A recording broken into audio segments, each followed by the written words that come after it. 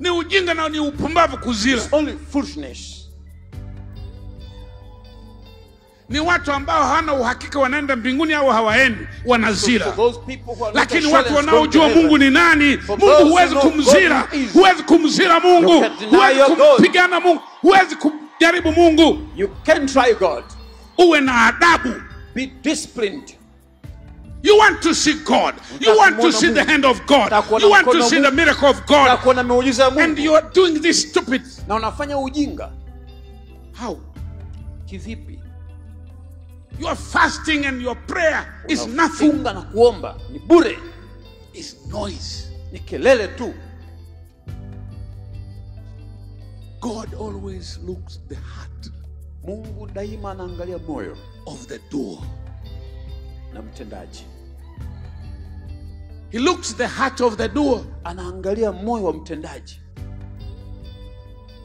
What is your intention? Lengo lako ni nini? Nia yako ni nini? What is your intention? Nia yako ni nini hasa?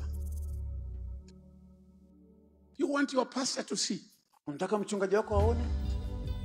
You want Apostle Mwingile to know that you are in Mbeya. Unataka mtume Mwingile aone kwamba uko Mbeya? I have nothing to give. Mimi sina cha kutoa. Oh, by the way, I did not die for you. Hata hivyo mimi sikufa kwa ajili yako.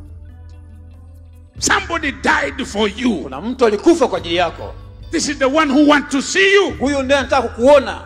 Listen. Nisikilize. Unajua ngoja niwaambie. Let me tell you. Kwa sababu ya hicho kuzira kwako, it's because of rejecting your position. Umefanya biashara yako imekufa. You've done your business has collapsed. Mapato yamepotea. Your income. Mazingira yamekuwa magumu. The environment is so tough. Kwa sababu ya kuzira. Because of desiring the work of the Lord.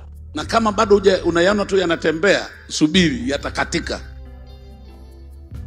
Mwambie jirani yako usijaribu kuzira. Don't try to stop the work of the Lord.